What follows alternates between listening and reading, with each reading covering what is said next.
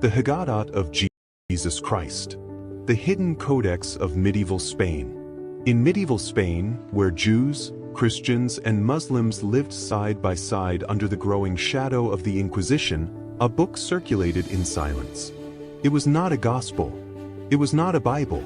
It was a Haggadot, illuminated and hidden. Its pages did not recount the life of Jesus as official history, but as teaching. Every image, every symbol, was a lesson for those who knew how to see. The Codex portrayed Jesus not as a king or a judge, but as a teacher of the inner path. In its miniatures, Jesus breaks bread not only to feed bodies, but to awaken consciences. The light around him does not descend from heaven, it rises from the human heart. The scribes who copied the Haggadot's secret monks and Jewish converts used the ancient language of symbolic narration. Short stories, visual parables, questions without answers. Because true teaching does not impose, it awakens. One illustration shows Jesus walking among 3 different peoples, rejecting none of them. Another depicts him washing the feet of his disciples, beneath an inscription that reads, "Whoever understands service, understands the kingdom." The Haggadot teaches that the true legacy of Jesus was not power, law, or the sword. It was conscious compassion, inner freedom, and responsibility of the soul. That is why it was hidden. In a time when faith was watched and thought was punished, this codex survived as many truths do. In fragments, in images, in whispers. And here, the search begins. In the next chapter, we will explore which symbols from the Haggadot of Jesus appear in real medieval Spanish manuscripts, and how some of its imagery may have influenced Christian art without leaving written traces. Because some books were not made to be read, they were made to be understood. The Haggadot of Jesus does not command. It does not threaten. It only reminds us who we are, and who we may become.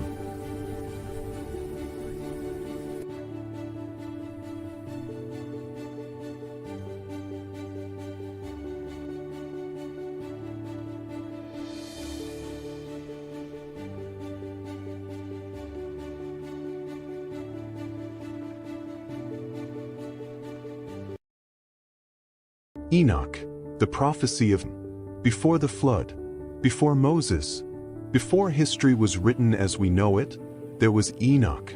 The Bible says Enoch did not die, that he walked with God and vanished.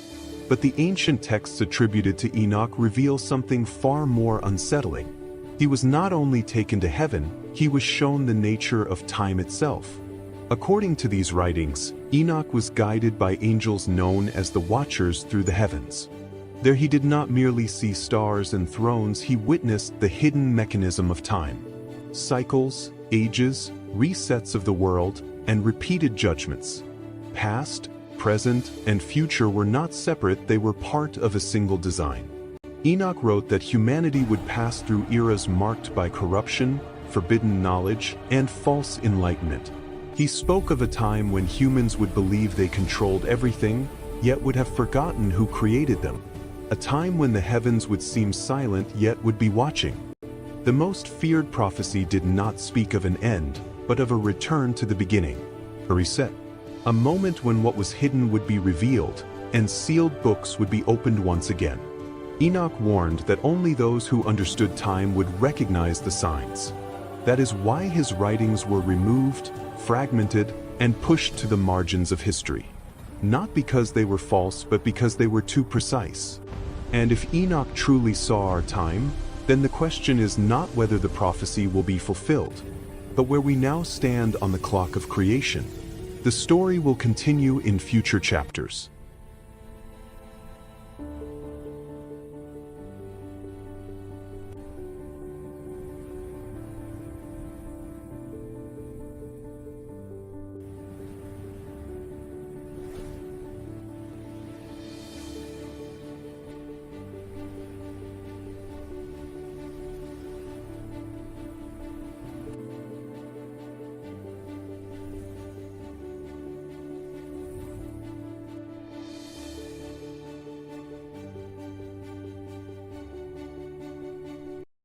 For centuries, one question has sparked faith, doubt, and debate. Did Jesus of Nazareth really exist?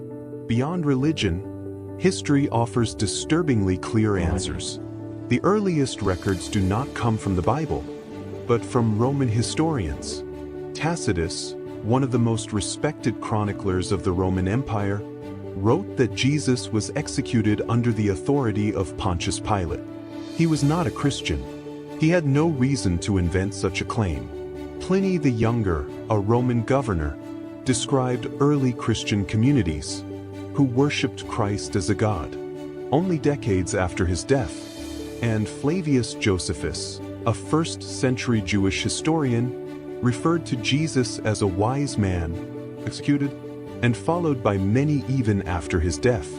These independent sources agree on the essentials.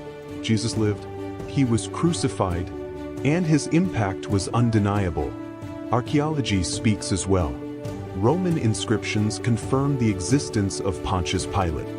Physical evidence of first-century crucifixions shows that the method described in the Gospels was historically accurate. Even science enters the discussion. Modern textual analysis reveals that the Gospels were written too close to the events to be mere legends. Ancient manuscripts align with one another with remarkable consistency. But there is one argument that goes beyond documents. A carpenter with no army, no wealth, and no throne changed the calendar, reshaped morality, and altered the course of civilization. That is not the work of a simple myth. Jesus was not a legend born in darkness. He was a real man, in a real time, with real consequences. And perhaps that is why, 2,000 years later, his existence remains impossible to erase. The story will continue in future chapters.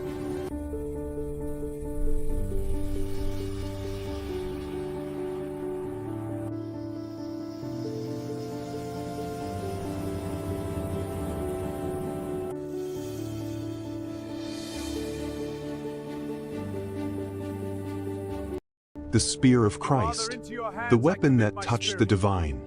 As the body of Jesus hung in silence upon the cross, the sky darkened and the earth trembled. Then came an act that would echo through history. A Roman soldier, identified in ancient tradition as Longinus, pierced the side of Jesus with his spear. From the wound flowed blood and water. To some, it was merely the final act of an execution. To others, it was the exact moment when the human world touched the divine. Apocryphal manuscripts and medieval traditions claim that the spear was not abandoned. It was taken, preserved, and feared. According to these texts, the spear acquired an unsettling power. Whoever possessed it could rise to rule empires, but whoever lost it was destined to fall. Centuries later, the Holy Spear appears in the hands of Emperors Constantine, Charlemagne, and later within the heart of the Holy Roman Empire. Ancient chronicles claim each carried it into battle, believing the weapon protected their destiny. But other manuscripts offer a darker warning. The spear did not grant power, it revealed it. They say the blood of Christ did not turn the weapon into a blessing, but into a test. A test measuring human ambition against the sacred. When power was sought, the spear brought war. When it was revered, it brought silence. And here, the question is born. In the next chapter, we will explore how many spears claim to be the true one, and why none can prove its origin with absolute certainty. Later, we will uncover how sacred relics became tools of political ambition, and why touching the divine always carries a price. Because the spear that pierced Christ is not just a relic. It is a mirror. It does not reveal the power of God, but the heart of humanity. Father, into your hands I commit my spirit. Truly this was a righteous man.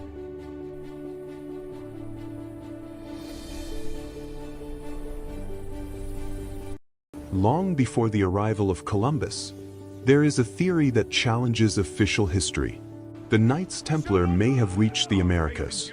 After the dissolution of the Templar Order in 1307, Accused of heresy and hunted by the Church and European kings, many Templars vanished without a trace. But their treasures were never found. According to ancient chronicles and hidden symbols, some Templars may have escaped by sea, carrying secret maps, advanced navigational knowledge, and relics considered sacred and dangerous. There are clues that fuel the mystery. In North America, certain ancient structures display symbols similar to Templar crosses. In Nova Scotia, the mystery of Oak Island has long been linked to a hidden Templar treasure. And in Mesoamerica, some legends speak of bearded men arriving from the sea, long before the conquistadors. Coincidence? Or traces erased by time? The Templars possessed knowledge of sacred geometry, advanced architecture, and a spiritual vision that blended faith and science. Some believe this knowledge was shared with indigenous cultures, influencing symbols, rituals, and constructions. There is no definitive proof, but there are no clear explanations either. If the Templars reached the Americas, they did not come as conquerors, but as guardians, hiding secrets that could not fall into the wrong hands. And then a disturbing revelation emerges. An ancient manuscript, found in forgotten European archives, describes a Templar voyage to a land beyond the ocean, mentioning sacred mountains, giant stones, and people who had never seen iron.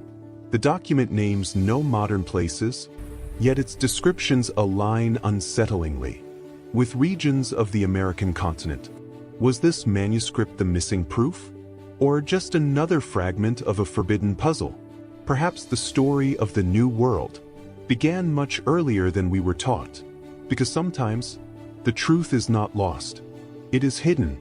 The story will continue in future chapters.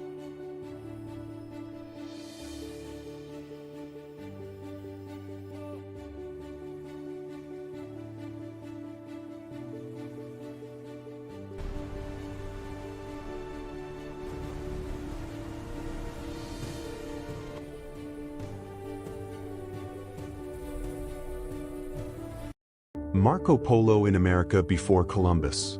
According to official history, Marco Polo never crossed the Atlantic Ocean. His journeys ended in Asia, and his name became forever linked to the Silk Road. But an ancient manuscript, dated to the late 13th century, suggests something impossible. Marco Polo may have reached America nearly 200 years before Columbus. The text, written in archaic Latin mixed with nautical symbols, describes a voyage beyond the Sea of Darkness. It speaks of unfamiliar ocean currents, stars positioned differently in the night sky, and vast green lands inhabited by peoples who did not use iron, yet mastered gold and maize. The traveler never names the continent. Instead, he calls it the Great Land of the West, where the sun dies and is reborn. He describes immense rivers, endless jungles, and cities built from stone and clay. Some passages align disturbingly well with what we now know of Mesoamerican and Andean civilizations. Why was this account never revealed? The manuscript hints that the knowledge was deliberately suppressed for political and economic reasons. To admit that Europe already knew of these lands would have rewritten the balance of power, faith, and conquest. At the end of the document, a marginal note written in a different hand delivers a warning. Not all journeys are meant to be remembered. Some must remain silent until the world is prepared. If this manuscript is authentic, the discovery of America was not an accident, it was a revelation delayed by centuries. The story will continue in future chapters.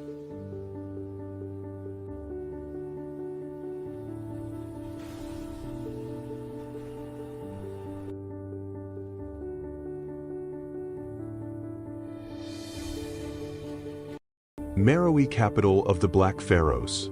Long before Rome ruled the world, and as Egypt's power began to fade, a great capital rose south of the Nile. Meroe, the heart of the kingdom of Kush and the seat of the so-called Black Pharaohs. For centuries, Meroe was dismissed as legend. Then archaeological discoveries changed everything. dozens of pyramids steeper and more numerous than those of Egypt, temples dedicated to African and Egyptian gods, royal palaces, iron-smelting furnaces, and tombs carved with forgotten symbols emerged from the sands of Sudan. Ancient manuscripts Greek, Roman, and Nubian describe the rulers of Kush as powerful kings and queens, masters of astronomy, metallurgy, and sacred ritual. Meroe did not merely imitate Egypt, it challenged it. Kushite pharaohs once ruled Egypt itself, wearing the double crown and restoring ancient traditions along the Nile. One of Meroe's greatest enigmas is its script, Meroitic, a written language still not fully deciphered. Inscriptions on stele and temple walls speak of divine authority, warrior queens known as Candakes, and a bond between royal power and the movements of the heavens. Excavations revealed something even more striking. Meroe was a center of knowledge. Solar alignments, star-related symbolism, and ceremonial layouts suggest the Black Pharaohs believed they were guardians of cosmic order, not just rulers of a kingdom. Why was Meroe erased from memory? Some Roman texts label it a threat. Others reduced it to silence. But the desert could not hide it forever. Today, Meroe stands revealed as what it always was, an advanced African civilization, powerful, independent, and central to ancient history. And according to a fragmented manuscript found near its pyramids, Meroe protected secrets that have yet to be revealed. The story will continue in future chapters.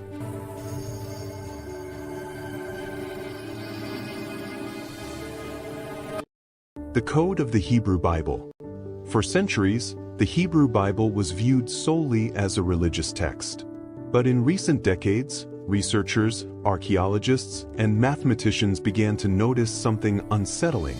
The text did not only tell stories, it concealed patterns. This phenomenon became known as the Code of the Hebrew Bible.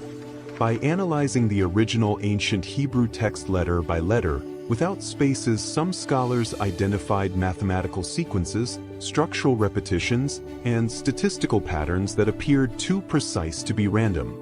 Names, events, and concepts seemed woven into the text itself, as if they had been intentionally encoded. From an archaeological perspective, the Dead Sea Scrolls confirmed a crucial fact. The Hebrew text had been transmitted with extraordinary accuracy for over 2,000 years. That precision made it possible for any internal structure, if one existed, to survive intact through time. This was not a flexible tradition of copying. It was almost mathematical. Some historians argue that the ancient scribes were not mere copyists, but guardians of knowledge. They understood sacred geometry, Hebrew numerology, and basic astronomy. To them, language did not simply describe reality, it organized it. Every letter carried a value, every word a weight, every line a purpose. Here is where political and religious occultism enters the discussion. Certain medieval manuscripts suggest that religious authorities and rulers were aware of these hidden structures and feared their interpretation. To reveal that the sacred text might contain cycles, warnings, or historical patterns could have challenged both spiritual authority and political control. Knowledge, once again, was restricted to the few. This was not magic in the modern sense, but an ancient worldview, the belief that the universe itself is written in code, and scripture was a reflection of that invisible order. For mystical Jewish traditions, the text did not speak only of the past, but of all times at once. Modern science does not claim that the code predicts the future, yet it acknowledges something deeply puzzling. The structural complexity of the Hebrew Bible exceeds what would normally be expected from a purely human work of its era. And that leaves a powerful, uncomfortable question. Was the Hebrew Bible only a book? Or was it also a structured message, waiting for those able to read beyond the words? The story will continue in future chapters.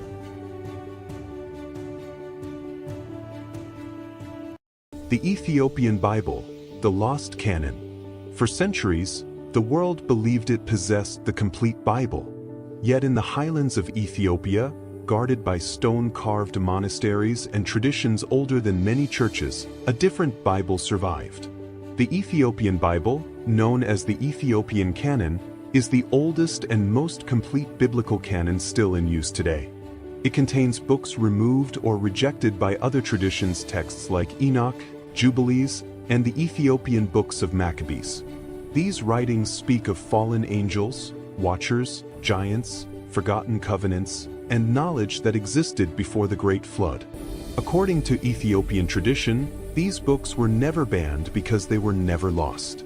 The Ethiopian Orthodox Church claims it received the scriptures directly from the earliest days of Christianity, untouched by later revisions made in Rome or Byzantium. Ancient manuscripts written in Guizi, a sacred and ancient language, describe a world where heaven and earth were closer, where angels walked among humans, and where divine judgment was announced long before the Book of Revelation. For many scholars, the Ethiopian Bible does not contradict faith, it expands it. It reveals hidden layers of biblical history and suggests that what is now considered forbidden was once sacred knowledge. And the question remains, if these books were preserved for thousands of years, what did Ethiopia know that the rest of the world forgot? The story continues in the next chapters.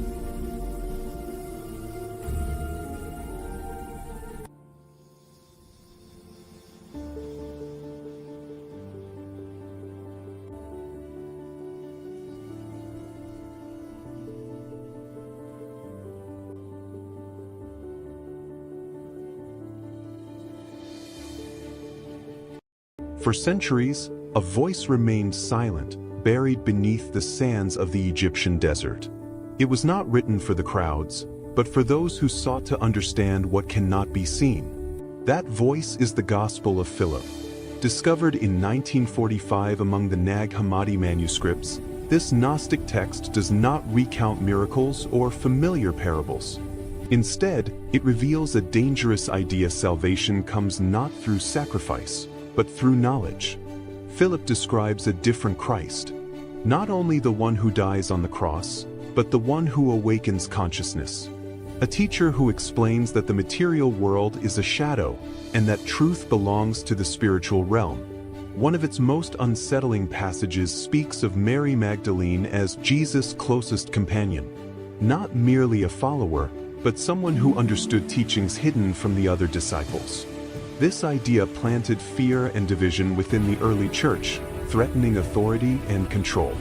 The Gospel speaks of secret rituals, true baptism, anointing, and the bridal chamber, symbols of the union between the human soul and the divine. For Philip, the greatest sin was not disobedience but ignorance.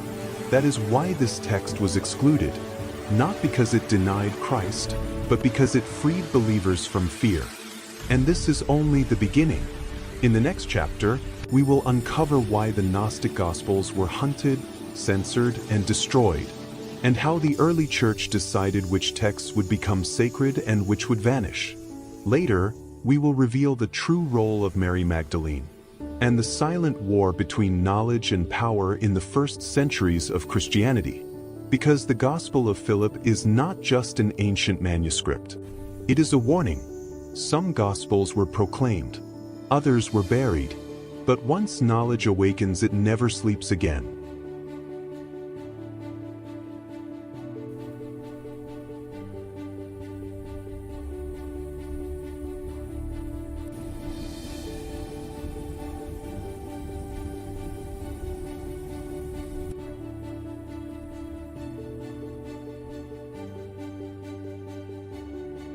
For centuries, the Gospels remained silent about a troubling period, the lost years of Jesus.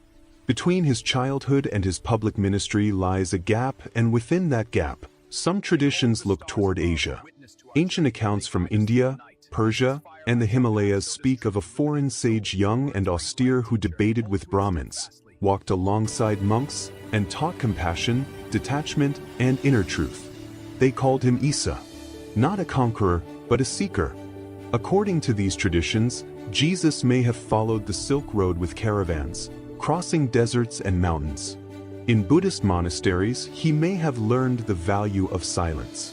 In Hindu temples, the idea that the divine dwells within the human being. Teachings that would later echo in his words, Love your enemy, renounce the ego, awaken the spirit. There is no definitive proof. Only fragments, later manuscripts, local chronicles, and striking similarities between Eastern teachings and the sayings attributed to Jesus. For some historians, it is myth. For others, an uncomfortable possibility never fully explored. When Jesus returns to Judea, he is no longer just a carpenter. He speaks with authority, but without power. He teaches like one who has seen beyond his homeland. And his words, simple yet profound, seem to unite worlds separated by thousands of miles. Perhaps the years of Jesus in Asia are not meant to be proven, but understood. Not merely as a physical journey, but as a symbol, a bridge between cultures, religions, and ways of understanding the sacred. And so, the mystery remains, because sometimes what is not written reveals the most. The story continues in the next chapters.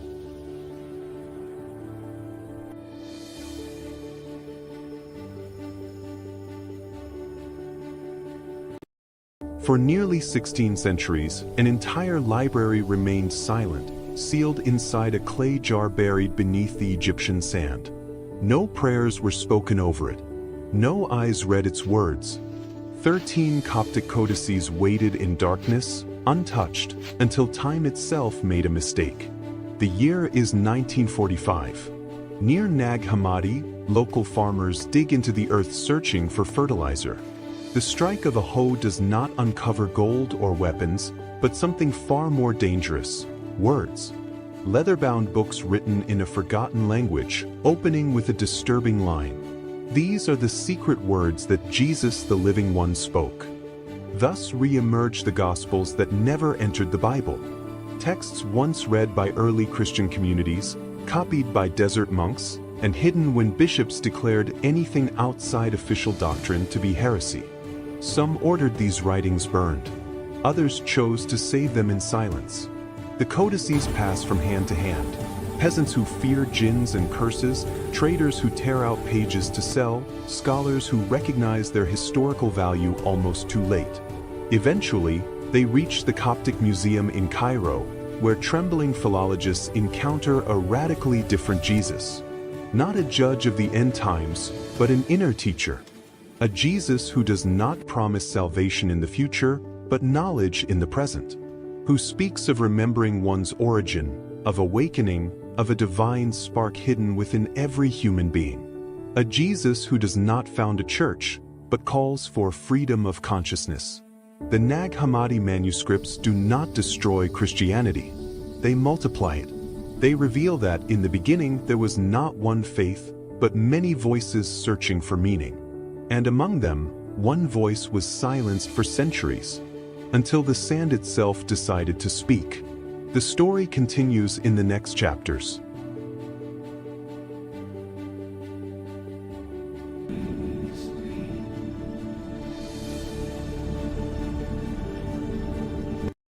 After the death of Jesus, his 12 apostles spread across the known world. They preached, were persecuted, and most of them died far from one another. Yet one question remains: where are the 12 apostles of Jesus buried? History offers fragmented answers. Peter, the closest to Jesus, was crucified in Rome.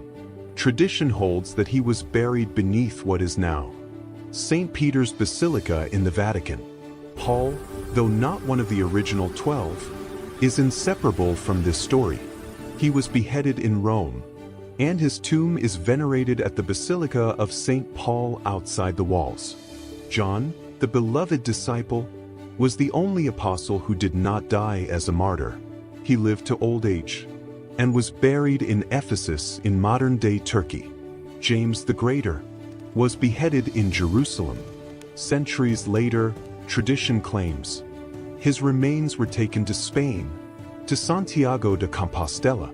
Andrew, Peter's brother, was crucified in Greece. His relics are associated with Patras, though they were moved several times throughout history. Thomas, the apostle of doubt, carried the message as far as India. Eastern Christian tradition holds that he was buried in Mylapore. Philip is believed to have died in Hierapolis, Bartholomew in Armenia, Matthew in Ethiopia or Persia, and Simon the Zealot and Jude Thaddeus in regions of the Middle East.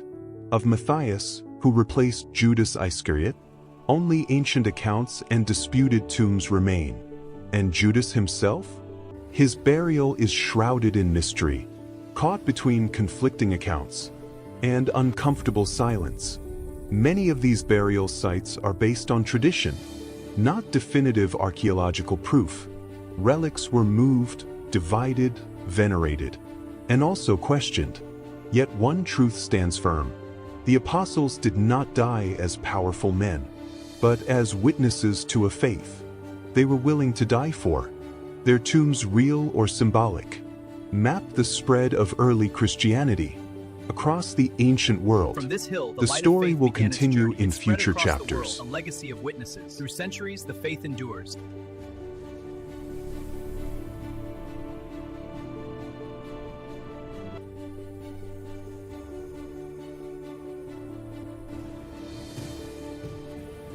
For centuries, one question has haunted believers, archaeologists, and emperors alike. What happened to the cross on which Jesus of Nazareth was crucified? The canonical Gospels remain silent, but forgotten manuscripts speak of a different fate for the wood of the crucifixion.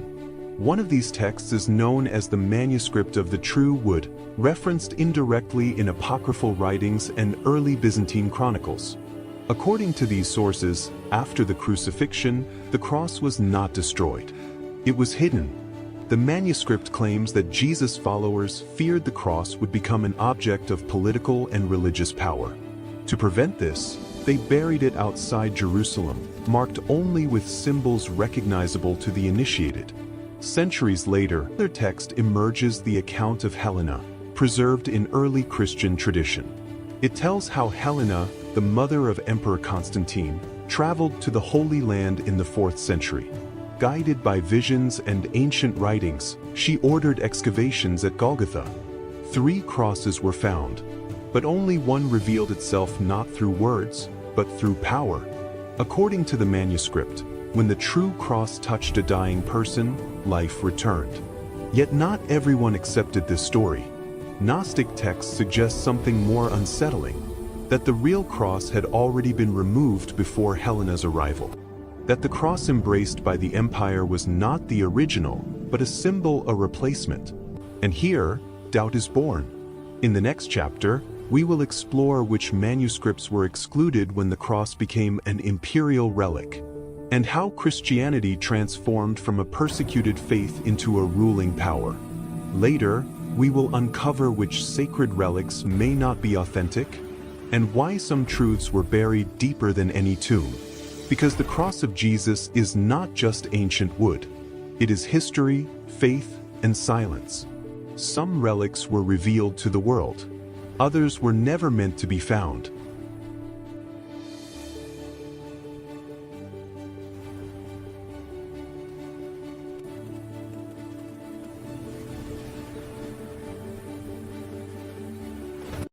Where was Jesus during the 3 days of his death? After the crucifixion, the body of Jesus was laid in a sealed tomb, guarded and watched by soldiers. To the world, everything seemed finished. But ancient scriptures suggest that death did not mean silence. While his body rested in the grave, early Christian writings affirm that his spirit descended to the realm of the dead, a place known as Sheol or Hades. This was not a land of punishment, but a realm of waiting, where the righteous souls of ancient times awaited the fulfillment of God's promise. According to these texts, Jesus entered this hidden domain not as a prisoner, but as a victor. He proclaimed freedom to the captives, revealing that death had been defeated. Darkness did not overpower him. Instead, his presence transformed the depths into a place of revelation and hope. Other traditions describe a cosmic confrontation, Jesus confronting the powers of death itself, breaking the gates that had held humanity since the beginning. What seemed like defeat on earth was, in truth, the final act of redemption unfolding beyond human sight. Then, on the 3rd day, the tomb was found empty. not because Jesus had escaped death, but because death could not hold him. The story will continue in future chapters.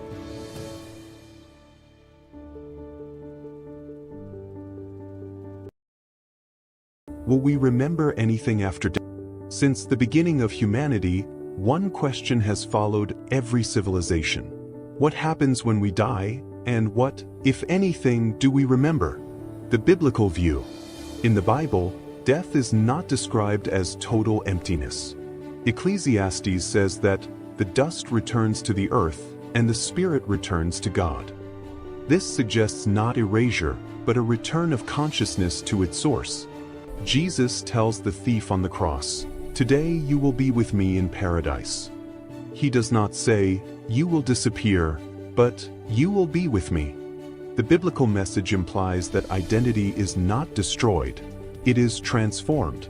Memory may no longer be human memory, but a memory of the soul, where what truly matters remains. The scientific perspective. Modern science studies death through the brain.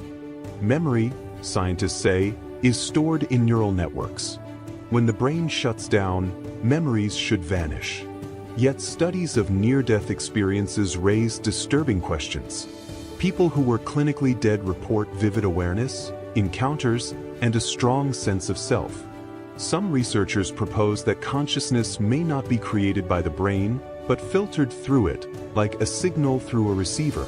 If this is true, death does not end consciousness. It simply disconnects the receiver. The realm of fantasy. Ancient myths spoke of a place of remembrance. The Egyptians believed the heart preserved true memory. Other cultures claimed that after death, we remember who we loved, who went before us, and who we truly were. In these visions, we do not remember every detail. We remember our essence. A possible conclusion. Perhaps after death we will not remember names, faces, or dates. But we may remember love, choices, and the moments that shaped us. If the soul exists, it does not need memory as storage. It is memory itself. And maybe the real question is not, what will I remember after I die? But rather, what is worth remembering now? In the next chapters, we will explore what ancient scriptures truly say about the soul, what modern science reveals about consciousness beyond the brain, and why so many cultures describe similar journeys beyond life.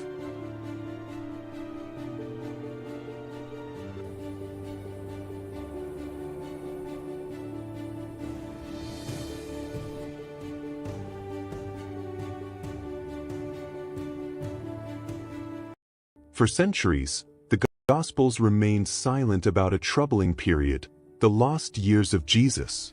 Between his childhood and his public ministry lies a gap, and within that gap, some traditions look toward Asia. Ancient accounts from India, Persia, and the Himalayas speak of a foreign sage young and austere who debated with Brahmins, walked alongside monks, and taught compassion, detachment, and inner truth. They called him Isa. Not a conqueror, but a seeker. According to these traditions, Jesus may have followed the Silk Road with caravans, crossing deserts and mountains. In Buddhist monasteries, he may have learned the value of silence. In Hindu temples, the idea that the divine dwells within the human being. Teachings that would later echo in his words, "Love your enemy, renounce the ego, awaken the spirit." There is no definitive proof. Only fragments, later manuscripts, local chronicles, and striking similarities between Eastern teachings and the sayings attributed to Jesus. For some historians, it is myth. For others, an uncomfortable possibility never fully explored. When Jesus returns to Judea, he is no longer just a carpenter. He speaks with authority, but without power. He teaches like one who has seen beyond his homeland. And his words, simple yet profound, seem to unite worlds separated by thousands of miles. Perhaps the years of Jesus in Asia are not meant to be proven, but understood. Not merely as a physical journey, but as a symbol, a bridge between cultures, religions, and ways of understanding the sacred. And so, the mystery remains, because sometimes what is not written reveals the most. The story continues in the next chapters.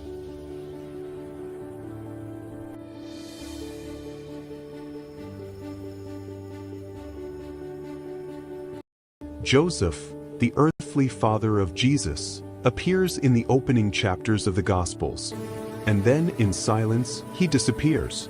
He is present at the most decisive moments of Jesus' childhood: the birth in Bethlehem, the flight into Egypt, the return to Nazareth, and that episode in the temple when Jesus was 12 years old.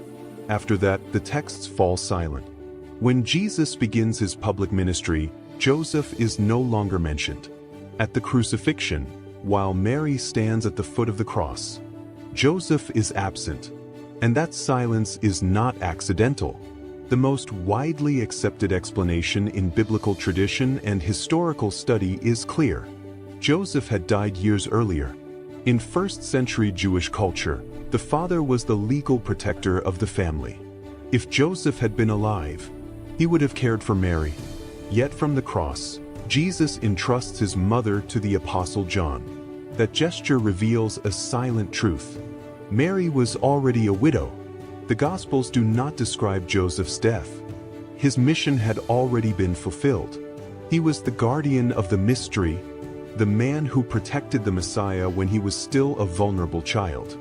Joseph disappears from the texts as he lived, in humility, in obedience, without seeking recognition. Some ancient writings suggest he died in peace, accompanied by Jesus and Mary. Others see his absence as symbolic. When Jesus begins his divine mission, the earthly father steps aside. Joseph was not forgotten. He was hidden by history, because sometimes the most important figures are the ones who disappear. Before the end, the story will continue in future chapters.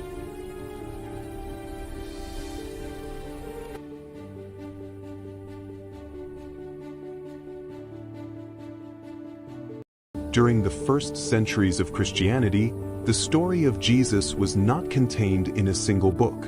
Many texts circulated among early communities, copied by hand, shared quietly, and read in secret. Some would later be accepted, others would be rejected.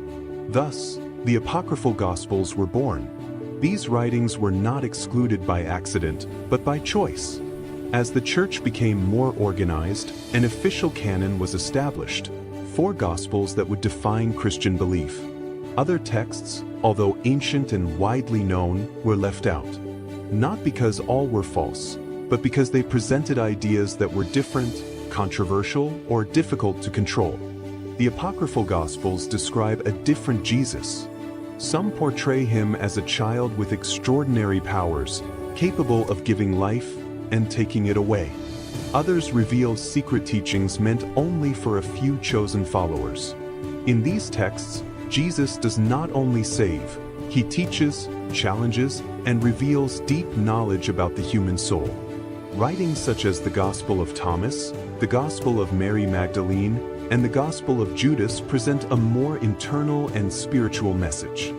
Here, the kingdom of God is not found in the heavens, but within the individual.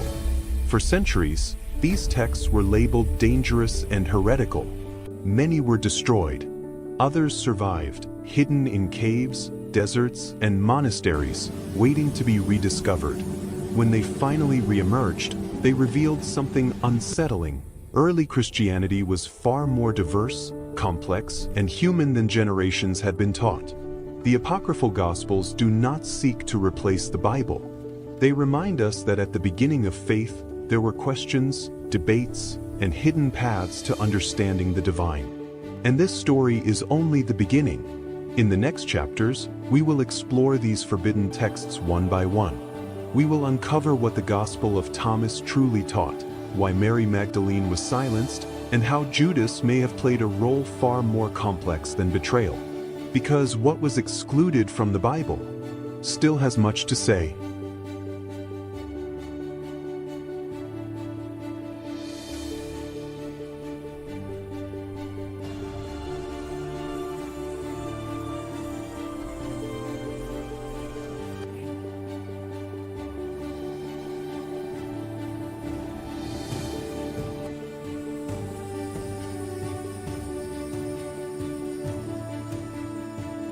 The guardian of Eden.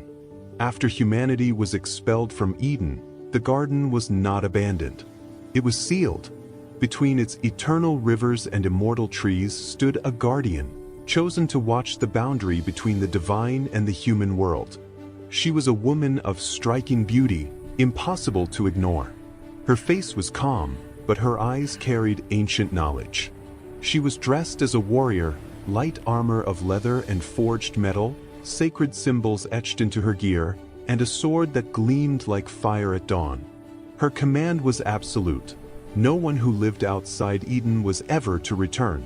For generations, the exiled gazed toward the garden from afar, remembering it as a lost dream. The guardian watched them as well. She saw their suffering, their hunger, their fear, and something within her began to fracture. She understood both worlds. She knew Eden was not only perfection, but confinement. And beyond its borders, though pain ruled, freedom existed. One night, when the winds fell silent and the stars seemed to witness in secret, the guardian made a forbidden choice. She opened the gate. She allowed some to enter, and then return, carrying seeds, pure water, and forbidden knowledge. She did not act out of betrayal. She acted out of compassion.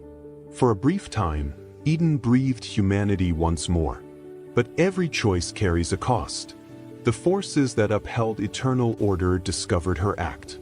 The guardian was marked a traitor, not by humankind, but by the heavens themselves. Yet the damage was already done.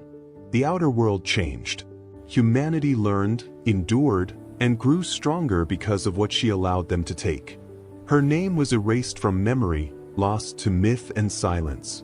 But some legends claim she still stands at Eden's threshold, sword in hand, watching not to prevent entry, but to decide who is worthy of returning.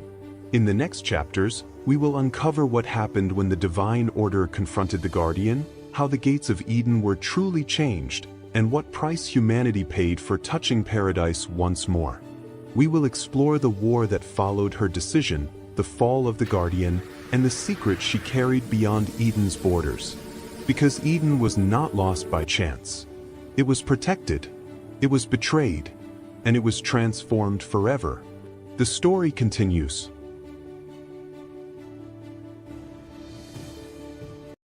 Before Adam and Eve, humanity was already being watched.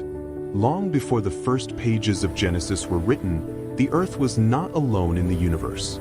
From the depths of the stars came the Anunnaki, ancient beings of immense knowledge and power. They observed the planet from their advanced vessels, studying its lands, its oceans, and the fragile life that was beginning to awaken. In hidden laboratories beyond human sight, they shaped humanity's destiny. Inside chambers of glass and light, humans were created, observed, and refined. Flesh and spirit were studied as one. The Anunnaki were not merely visitors. They were architects of civilizations, teachers of kings, and guardians of forbidden knowledge. They walked among early humans as gods, and humanity worshipped them as such. But among all beings, one stood apart. He appeared as a man, yet carried eternity within him. Clothed in white robes woven with golden stars that flashed like lightning, crowned with gold and diamonds, Jesus Christ stood among them, not as a prisoner, not as a creation, but as the heir. His presence was calm, sovereign, and timeless. The Anunnaki gathered around him in reverence, placing the crown upon his head, acknowledging his authority. Inside a vast celestial ship, they guided him toward the stars. Through immense transparent windows, the earth came into view, blue, alive, and fragile. The Anunnaki raised their hands and pointed toward the planet, revealing continents, oceans, and the future written in light. Holograms unfolded in the air, showing humanity's path: rise, fall, war, faith, and redemption. This was the moment of choice. The earth was not just a world, it was an inheritance. The Anunnaki had guided humanity's early steps, but they could not remain. Their time as gods would end. Their names would fade, their stories rewritten. They would become myths, angels, watchers, demons, hidden between the lines of sacred texts. And so, the divine plan was set into motion. Jesus would descend not as a ruler in the heavens, but as a servant among men. The crown would be replaced by a cross. Knowledge would be veiled as faith. Power would be hidden within sacrifice. The Garden of Eden was not the beginning. It was a reset. The serpent was not just temptation. It was knowledge. The gods were not erased. They were transformed. What humanity calls Genesis is not the first chapter. It is the surviving echo of a far older story.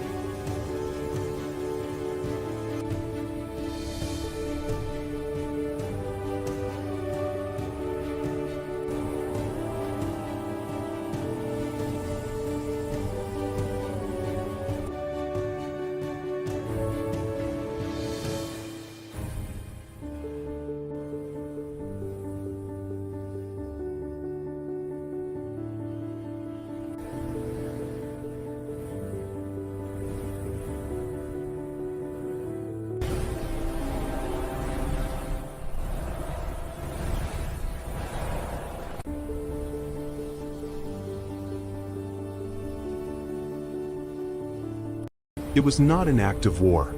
It was a decision. From the ancient heavens, the watchers observed the earth in silence. They were neither gods nor men, but something in between, guardians of balance, witnesses of the experiment. Their purpose was not to rule, but to observe, not to interfere, not to become involved. But the earth changed, and so did they. They saw a world prepared, purified after the great fall, ready for a new creation. They saw hidden laboratories, living machines, and the design of a humanity still unfinished. And for the first time, they felt something that was never written into their mandate: compassion. When they descended, the sky opened like a wound. They did not fall as meteors, but as conscious shadows. Their steps shook the land, and their presence altered the established order. Where there had only been observation, there was now contact. The watchers taught. They revealed fire, numbers, agriculture, and writing. They raised structures, aligned stones, and measured the heavens. But with knowledge came desire, and with desire, transgression. Those who were meant to watch without touching chose to remain. They sealed pacts. They took form. And they crossed a boundary that was never meant to be crossed. That was the true descent, not from heaven to earth, but from obedience to rebellion. From that moment on, the experiment was no longer under control. That in the next chapter, we will uncover the oath the Watchers broke, and how their decision gave birth to a new race that would change the fate of the world forever.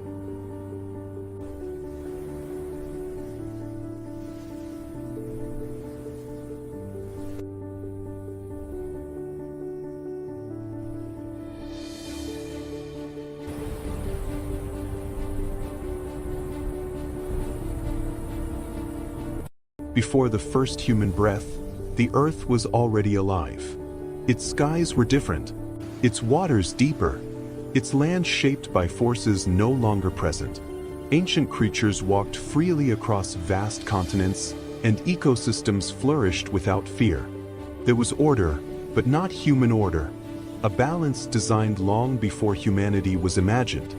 Hidden beneath layers of stone and time, structures once stood where no civilization should have existed. Perfect angles, impossible geometry, traces of intelligence erased by catastrophe or intention. This world did not belong to Adam. It belonged to something older. Some believe the earth was a testing ground, a place where life was shaped, observed, and corrected. Failures were buried, successes refined. Extinction was not an accident. It was a reset. When the old world fell, its memory was sealed beneath oceans and sediment. What remained was silence and preparation. Only after the earth was emptied, only after the world was made obedient, did the next phase begin. And then humanity was introduced. In the next chapter, we will uncover who watched this ancient world fall, and why the earth had to be cleansed before Adapa was created.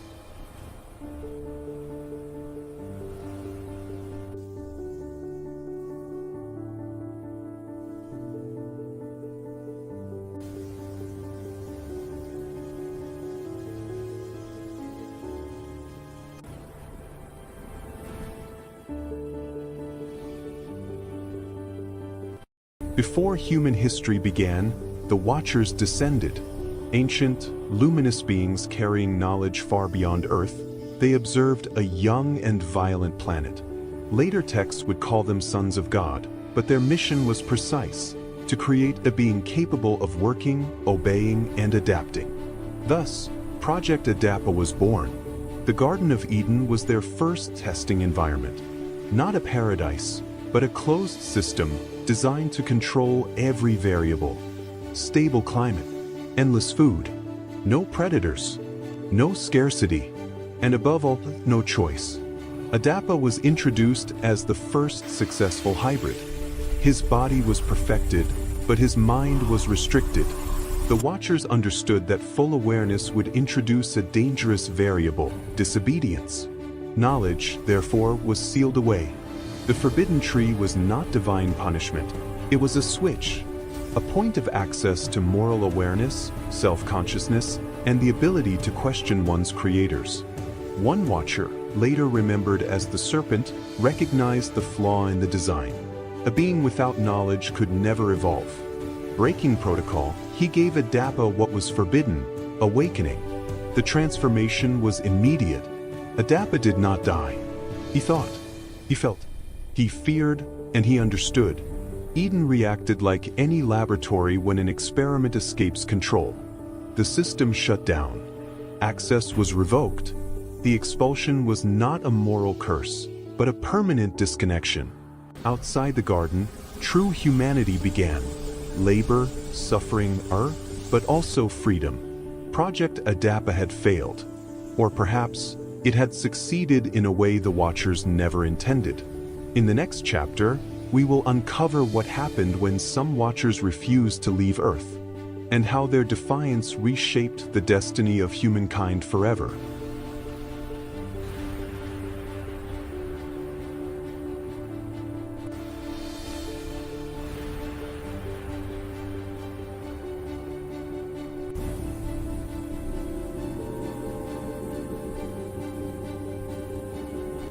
Before the law was written and before temples were built, there appeared a man without origin or ending.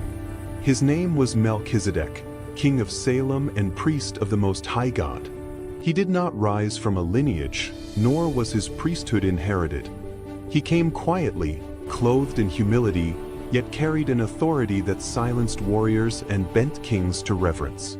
Where others ruled by strength, he ruled by peace.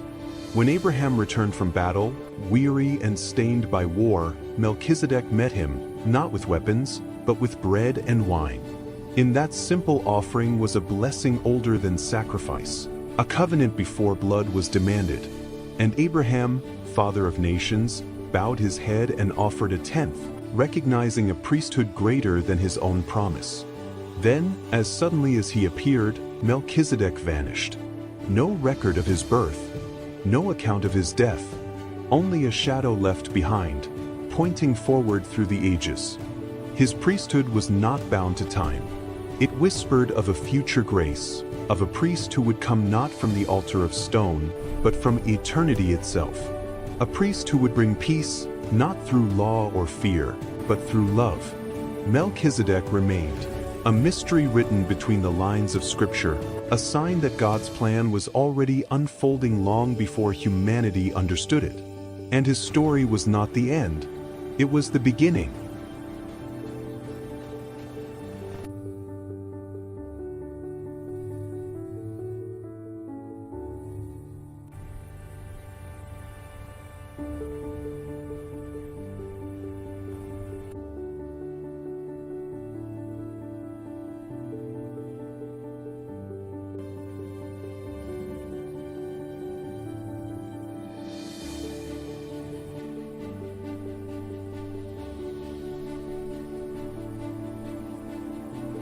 The kingdom of the serpent women at the feet of the Colossus of Rhodes.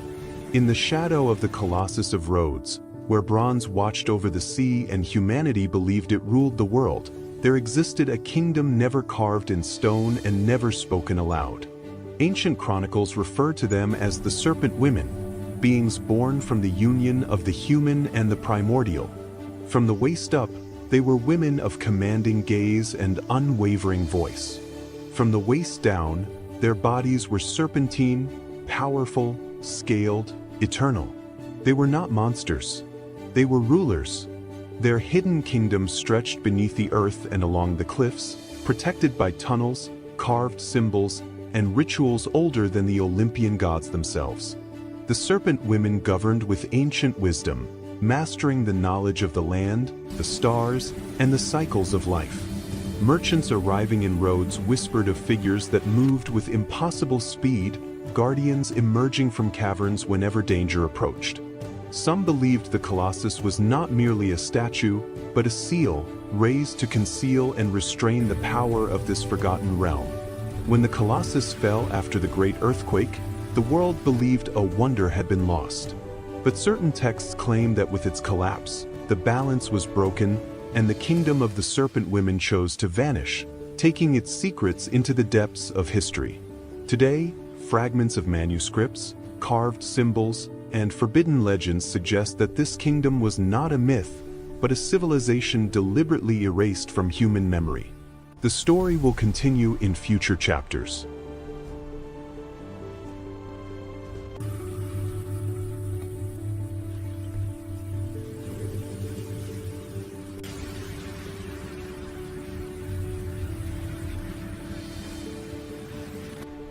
Warriors of the depths, the hour of reckoning is upon us! We are ready for the Empire!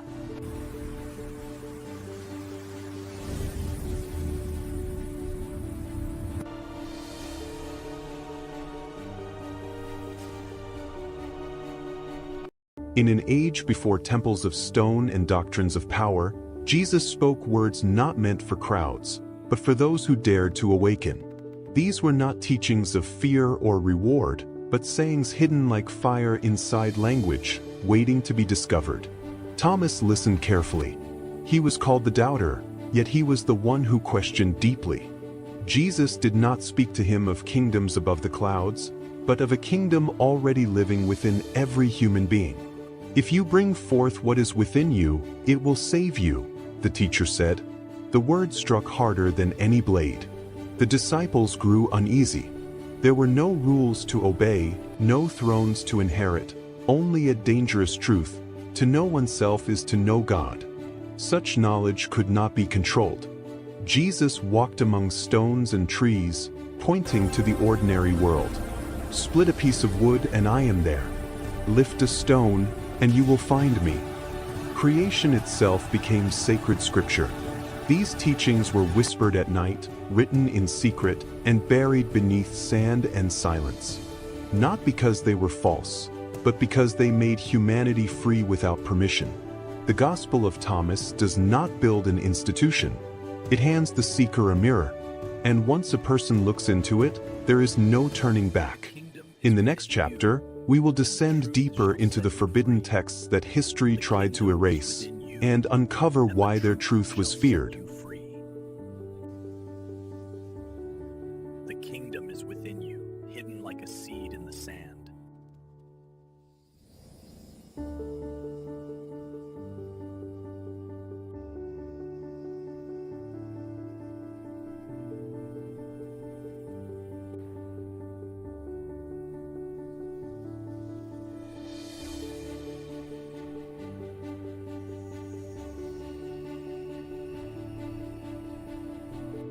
The teaching of Jesus did not arrive with swords or armies.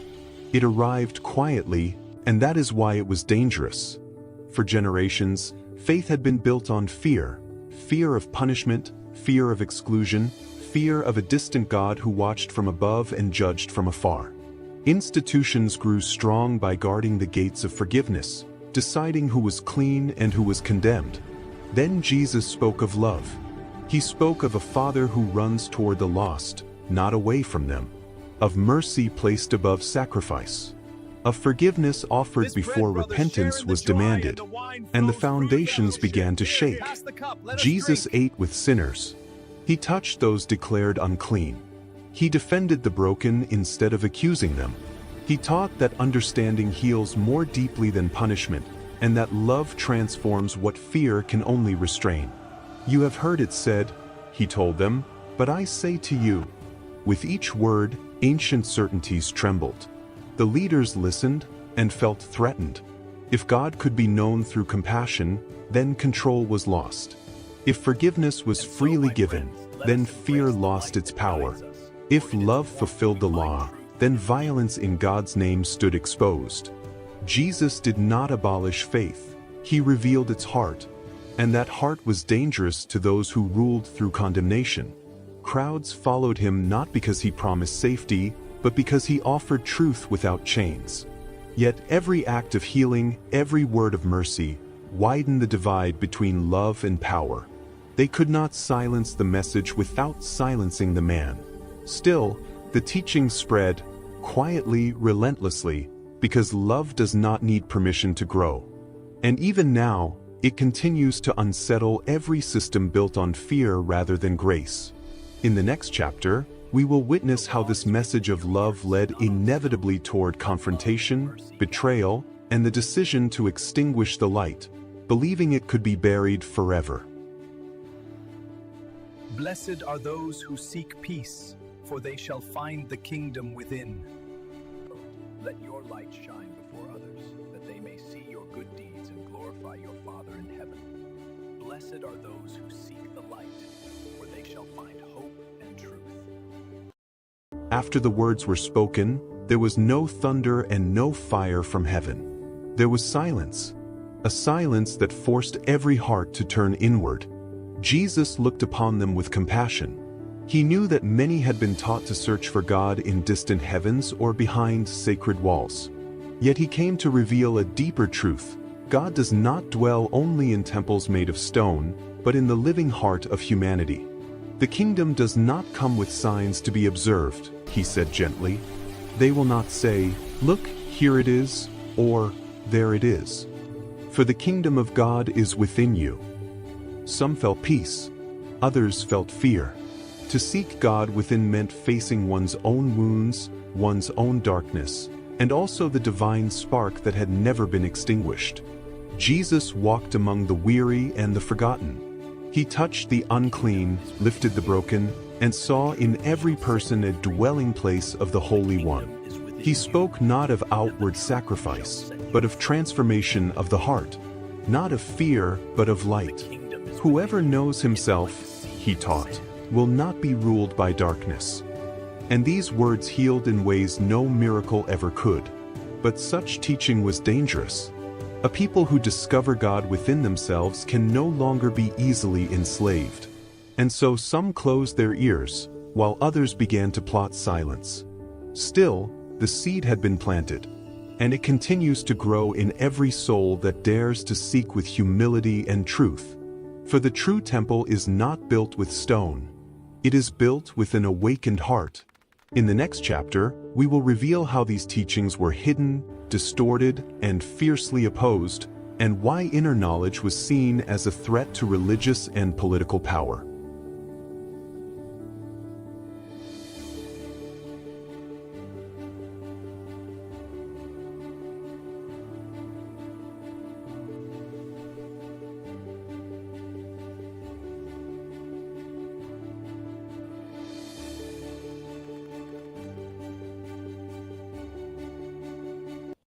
The Maya, echoes of time. Deep within the Mesoamerican jungle, where morning mist rises and the calls of unseen birds break the silence, lies the legacy of a civilization that defied time, the Maya. They were not merely builders of stone. They were architects of the cosmos. Their cities were raised in harmony with the heavens. Pyramids aligned with the movements of the sun, the moon, and Venus. Every stairway, every temple, every shadow cast across stone carried both scientific precision and sacred meaning. While much of the ancient world struggled to measure time, the Maya mastered it. They predicted eclipses, charted planetary cycles, and understood time not as an end, but as an eternal transformation. Yet their knowledge did not dwell only in the sky. It lived in the earth, in maze, in ritual, and in the profound bond between humanity and the divine. For the Maya, science and spirituality were inseparable, woven together into a single ancestral wisdom. Then came the silence. Cities were abandoned. The jungle reclaimed the temples. Stone was swallowed by roots and shadow. To the modern world, the Maya seemed to vanish, but they did not disappear. Their knowledge slept beneath the canopy, carved into stone and written in the stars, waiting to be rediscovered. Today, as we walk among their ruins, we do not merely observe the past, we hear an echo, a message that still resonates across centuries. We are not separate from the universe. We are part of its rhythm. This is the story of a mysterious, advanced, and deeply enigmatic civilization. A story written in stone, sky, and time.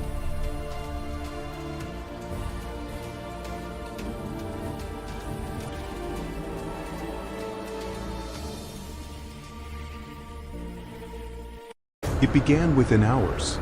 In Caracas, the dead rose and the city collapsed. Streets flooded with zombies, buildings burned, and screams were swallowed by smoke. No local force could stop the spread. From the sky, cutting-edge military helicopters tore through the clouds. Elite U.S. forces deployed into the city, turning avenues and plazas into war zones. Gunfire echoed endlessly, yet the zombies kept advancing. As night consumed the capital, one truth became undeniable. Caracas could no longer be saved, only contained. When the helicopters pulled back, a final message remained clear. Caracas was not the end. It was the beginning.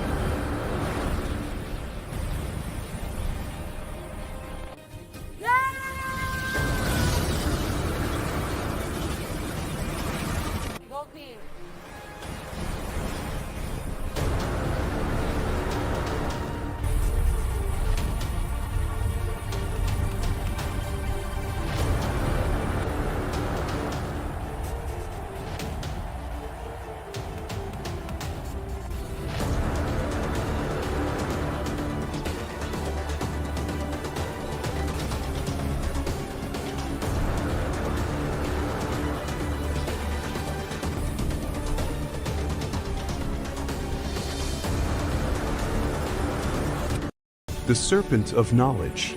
Before humanity, there was an experiment, beneath what would later be called paradise. Hidden behind living walls of light and code, the Anunnaki built a high-security biological laboratory.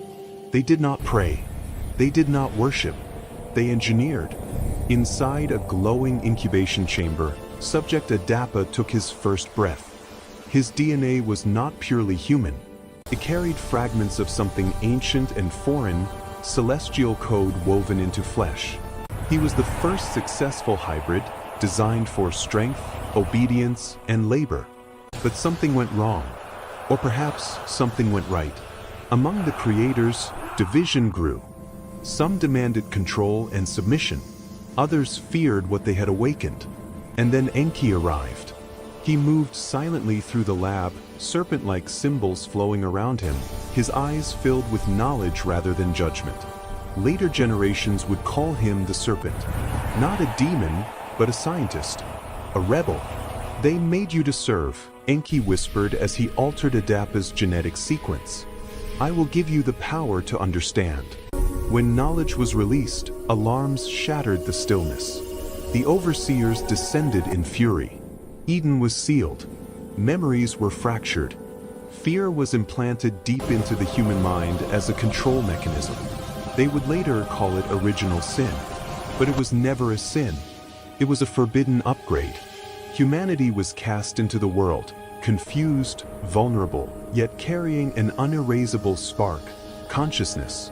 A memory buried deep in DNA, echoing through myths, dreams, and sacred texts. And the serpent disappeared, or so we were told, because Project Adapa was never terminated. It was hidden, rewritten, disguised as scripture, and now it is awakening again. In the next chapter, we will continue uncovering the forbidden archives of Project Adapa, revealing who the Watchers truly were, why the Giants were born, and what role humanity still plays in an experiment that never ended. The question is no longer who created us, but why they are still watching.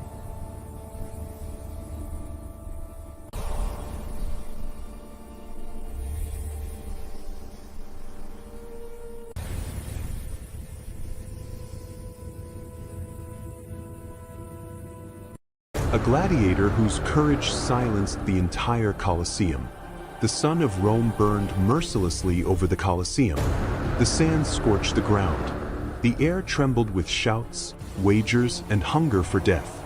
That day, the noise was deafening, until Marcus Valerius stepped into the arena. He did not raise his weapon to provoke the crowd. He did not shout. He walked in silence, head held high, his body marked with scars. He was a veteran gladiator, known not for cruelty, but for honor. Marcus fought as if every battle were his last. He did not humiliate his enemies. He did not strike from behind. In the arena, where almost no one did, he respected the unwritten laws of valor. That day would be his final trial. Across from him stood a savage fighter, infamous for finishing opponents without mercy. The crowd roared, craving blood. The fight was brutal. Swords clashed with violence. Shields shattered. The sand turned red. Marcus was wounded in the side. Blood ran freely beneath the burning sun. His legs trembled, but he did not fall. Every blow he received, he answered with greater resolve. He was not fighting to survive. He was fighting to show who he was. In a decisive moment, he brought his enemy down. His blade hovered at the fallen man's throat. The Colosseum screamed. It demanded death. Marcus took a deep breath, looked at the defeated man, and lowered his sword. Silence fell over Rome. No one understood what they were witnessing. A wounded gladiator choosing mercy. The emperor watched. The crowd stood frozen, holding its breath. Then, slowly, applause began. Not roars, not screams, but steady, respectful claps. The thumb rose. Marcus Valerius did not celebrate. He stood there, blood-soaked, beneath the unforgiving sun, while the entire Colosseum remained silent. Because that day, Rome learned a truth it would never forget. Blood may win battles, but only honor can silence an empire.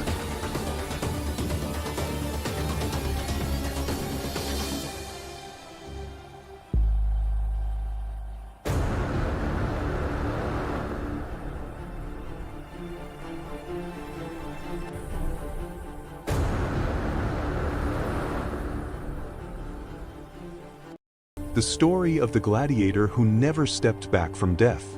The sun burned high over the Colosseum. Thousands of voices roared, hungry for blood and glory. From the dark tunnel, a lone man stepped into the arena, Aurelius. The gladiator Rome would come to call the lion of the Colosseum. He was not the strongest. He was not the fastest. But he possessed something rare. He never stepped back. Not from fear. Not from pain, not from death. In his first fight, he faced 3 men at once. The crowd expected him to fall within seconds. But when the dust settled, Aurelius was still standing, wounded, breathing hard, yet unbroken. That day, Rome began to chant his name. With every battle, his legend grew. While others hesitated, he advanced. While fear stopped many, the lion charged forward. The fight that made him immortal came on a tense morning. Across from him stood a massive, undefeated warrior. Their clash shook the arena, steel, blood, and sand flying. Aurelius fell to his knees. The Colosseum fell silent. The giant raised his weapon for the final blow. But the lion rose, bleeding, exhausted, never stepping back. With one last strike, he brought the giant down. The colossus fell. The lion remained standing. The crowd erupted. The emperor raised his thumb. Aurelius did not celebrate. He simply bowed his head to the people. And so Rome learned a truth it would never forget. As long as courage exists, the lion of the Colosseum will never step back from death.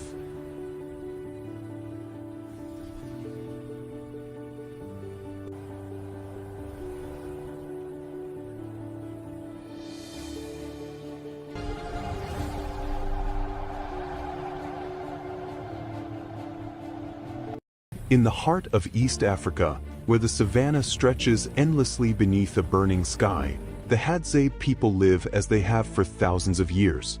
Their village is made of rustic bamboo huts, low and fragile in appearance, yet strong enough to endure wind, rain, and time. Smoke rises from small fires as the morning light filters through woven walls of grass and branches.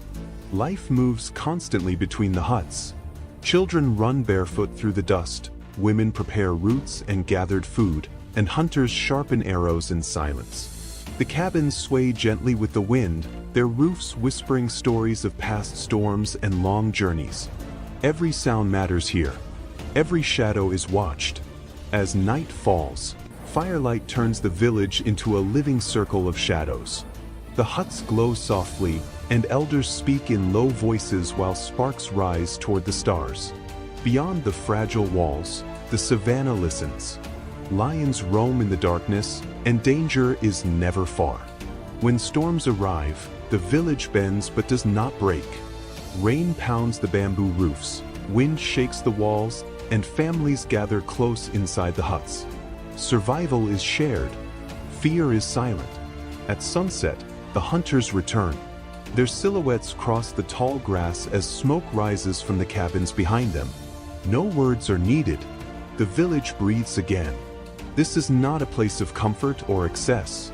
It is a place of balance, between humans and nature, shelter and exposure, life and death. Here, among bamboo huts and endless plains, the Hadzab endure, guarding a way of life the modern world has nearly forgotten.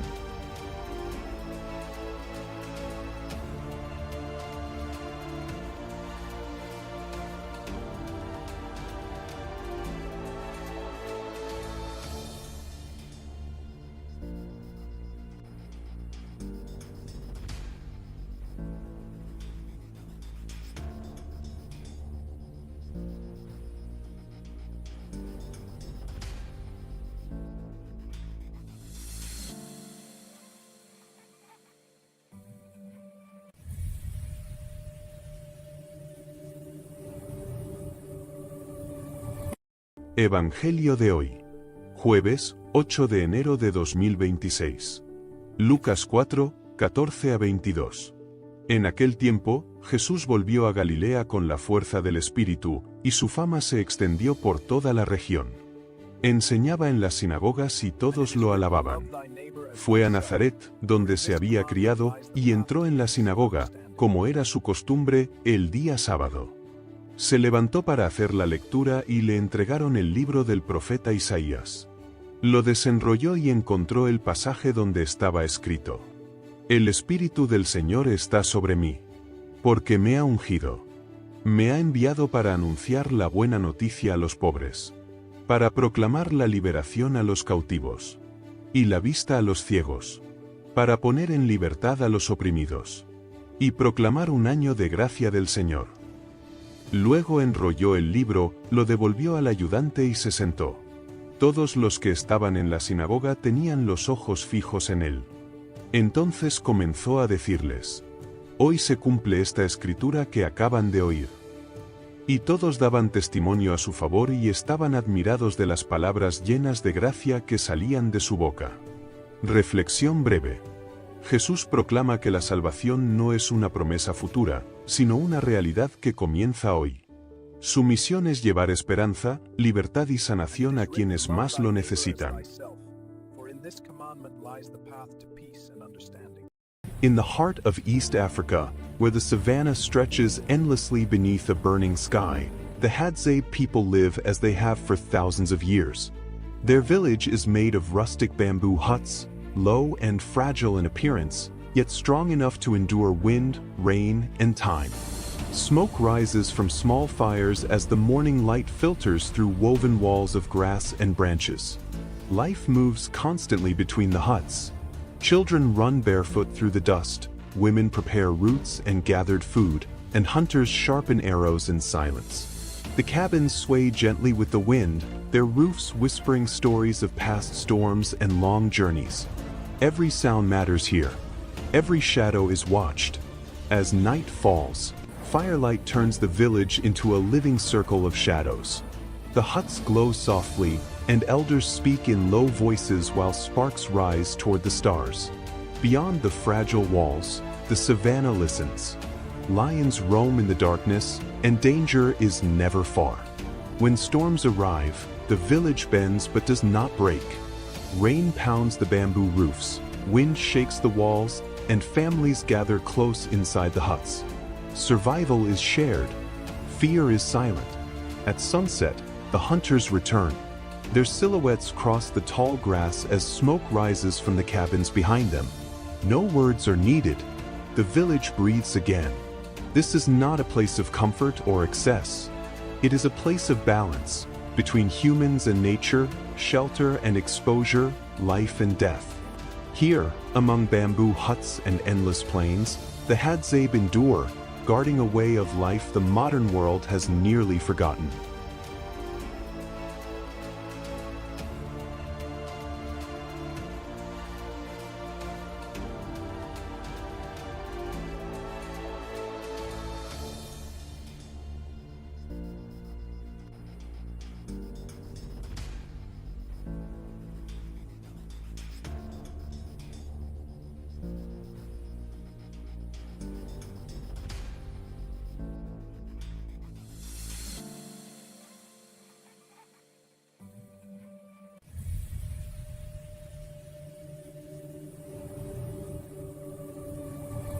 Gospel of today, Thursday, January 8, 2026. Luke 4 verses 14 to 22. At that time, Jesus returned to Galilee in the power of the Spirit, and news about him spread throughout the whole region. He taught in their synagogues and was praised by all. He came to Nazareth, where he had been brought up, and went into the synagogue, as was his custom, on the Sabbath day. He stood up to read, and the scroll of the prophet Isaiah was handed to him. He unrolled the scroll and found the passage where it was written, "The Spirit of the Lord is upon me, because he has anointed me.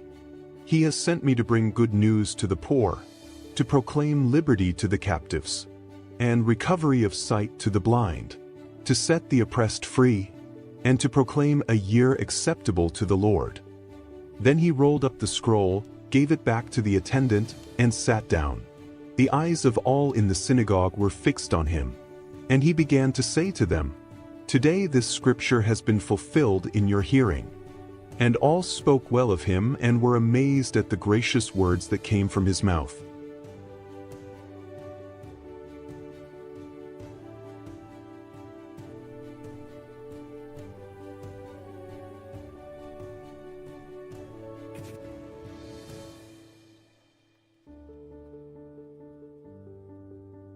And it is written, "Love thy neighbor as thyself," for in this commandment lies the path to peace and understanding. 12 legions unseen. The night was heavy in Gethsemane. Torches cut through the darkness as soldiers advanced, armor clanking, hands tight around swords. Betrayal stood at the front, a kiss still warm in the air.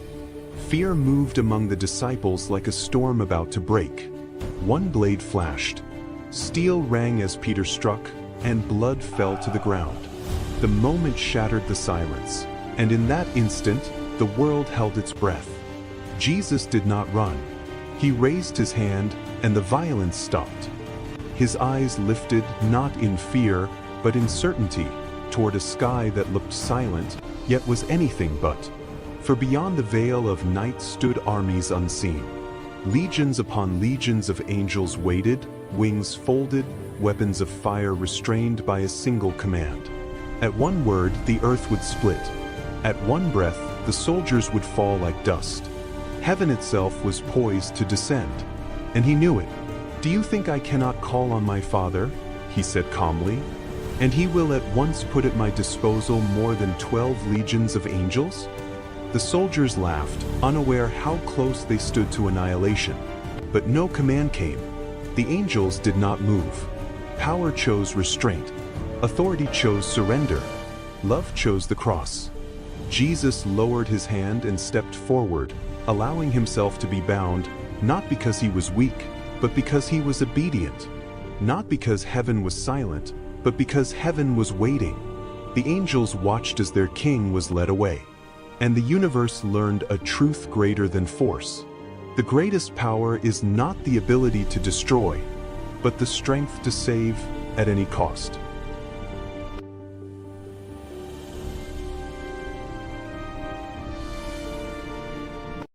The Garden of Eden was never a paradise. It was a sealed place where heaven first touched the earth. There began the experiment, when the beings later called the sons of God altered human flesh and awakened a mind meant to obey, not to understand. But one among them opened what should have remained sealed, and humanity awakened. That was the true sin, knowledge. Cast out from Eden, humankind multiplied and split into two paths. The lineage of Cain built cities of stone and towers of pride. The lineage of Seth remembered the voice above, and in the days of Enosh, men began to call upon the name of the Lord, and their cry once again reached the heavens. Then came the second transgression. The sons of God looked upon the daughters of men and descended.